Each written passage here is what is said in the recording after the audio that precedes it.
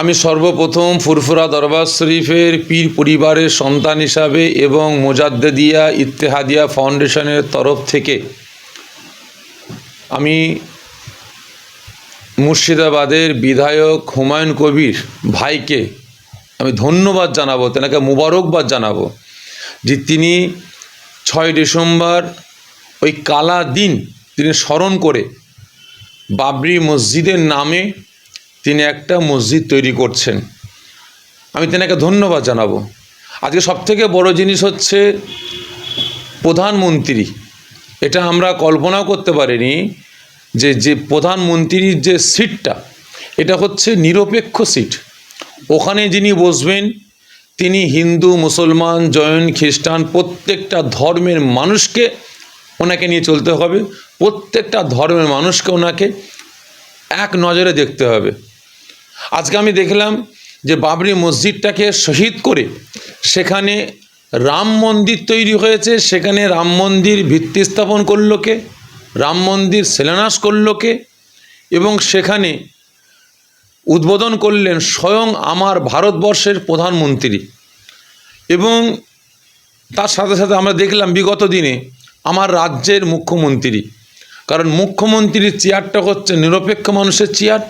এখানে এই চেয়ারে যিনি বসবেন প্রত্যেকটা ধর্মের মানুষদেরকে নিয়ে সমান নজরে দেখার দরকার।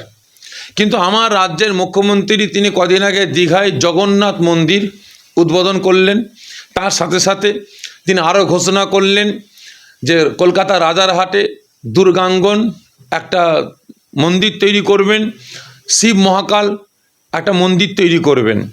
তাহলে আমার দেশে আমার রাজ্যের মুখ্যমন্ত্রী এবং প্রধানমন্ত্রী ইনারা যদি একের পর এক মসজিদগুলো শহীদ করে সেখানে মন্দির উদ্বোধন করতে পারেন, তিনারা জনগণের টাকা নিয়ে যদি তিনারা একের পর এক মন্দির তৈরি করে উদ্বোধন করতে পারেন, তাহলে আমার দেশের আমার রাজ্যের যারা এমপি আছে, এমএলএ আছে, যারা মন্ত্রী আছে, তাদের কেন ক্ষমতা নেই? তারা কেন মসজিদ মাদ্রাসা তৈরি করতে পারবে না? তারা কেন স্কুল কলেজ তৈরি করতে পারবে না? তারা কেন হসপিটাল তৈরি করতে পারবে না?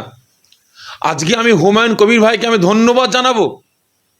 তিনি একজন বিধায়ক হয়ে, যেহেতু বাবরি মসজিদ শহীদ হয়েছে 6 ডিসেম্বর, আজকে আমরা মুসলমান আমাদের অস্তিত্বকে শেষ করার একটা মারাত্মক চক্রান্ত করেছে এই বিজেপি সরকারের এই আরএসএস মার্কা নেতারা। আজকে এরা বাবরি মসজিদকে শহীদ করে সেখানে রাম মন্দির তৈরি করেছে।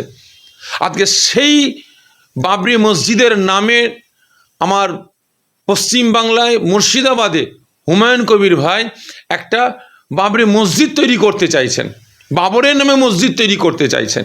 একে নিয়ে এত বিতর্ক কেন? এত সোশ্যাল মিডিয়ায় হুলস্থুল পড়ে গেছে কেন? এত আরএসএসের নেতারা, বিজেপির নেতাদের মাথা ব্যথা শুরু হচ্ছে কেন? কই, আমরা তো যখন দীঘাতে যখন জগন্নাথ মন্দির উদ্বোধন হলো, আমরা তো কোনো মুসলমান আমরা তো বিবৃতি দিইনি। যখন কলকাতায় আপনার নিউ টাউনে যখন দুর্গাঙ্গন ঘোষণা হলো, কই আমরা তো তার বিরুদ্ধে প্রতিবাদ করিনি। যখন শিব মহাকাল মন্দির ঘোষণা হলো, কই আমরা তো তার প্রতিবাদ করিনি। তাই আজকে আপনাদের এত মাথা ব্যথা যাচ্ছে কেন? আপনাদের কি অসুবিধাটা হচ্ছে যে আপনারা ঘোষণা করছেন?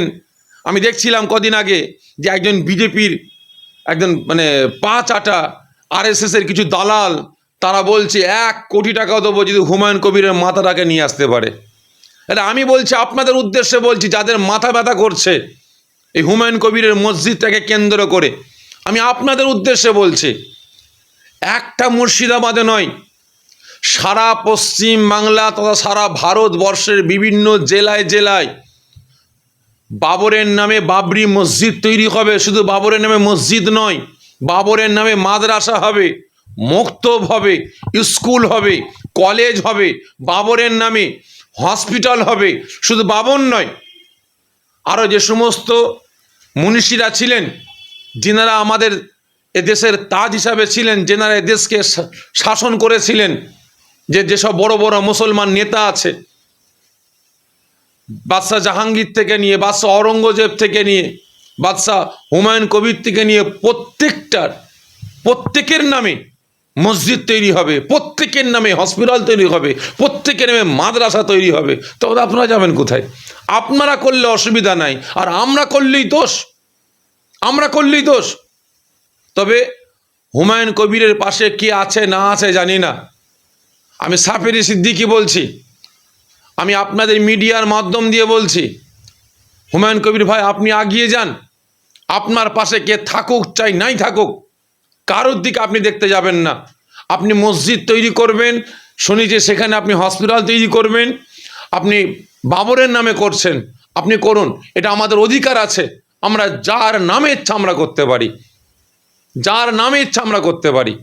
যদি কেউ বাধা হিসেবে দাঁড়ায়, ইনশাআল্লাহ যদি প্রয়োজন হয় জীবনের, সাফেরি সিদ্দিকী আগে দেবে ইনশাআল্লাহ।